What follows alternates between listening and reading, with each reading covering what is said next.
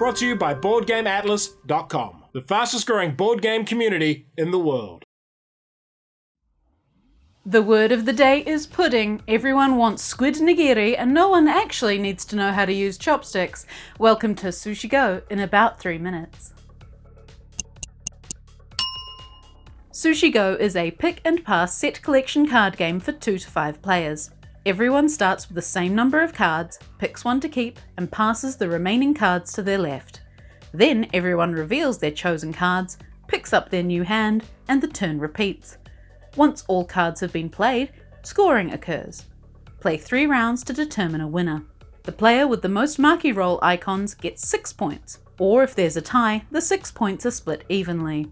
The player with the second most marquee rolls gets 3 points, unless there's a tie for first place, or if there isn't a tie for first place but there's a tie for second place, in which case the 3 points for second place are divided evenly unless you've gone cross-eyed.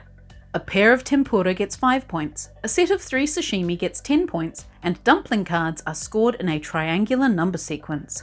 Yes, I googled that.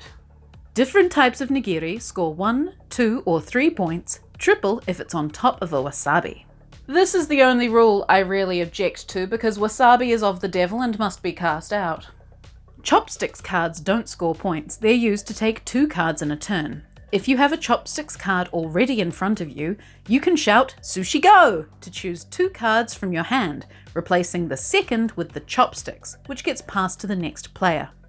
Pudding cards are only scored after the 3rd round.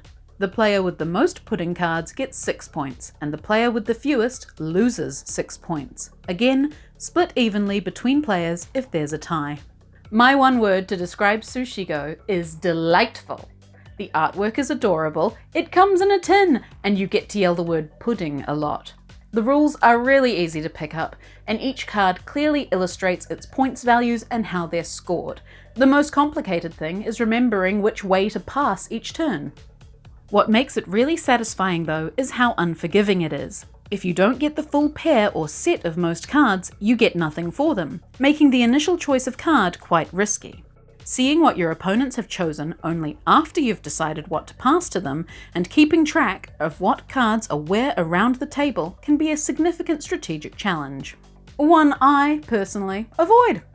This means Sushi Go can play as simply as a game of Snap if you've got little ones, or it can become a really cutthroat exercise in which the opportunities to foil your opponents can be even more important than building your own collection. Also, pudding.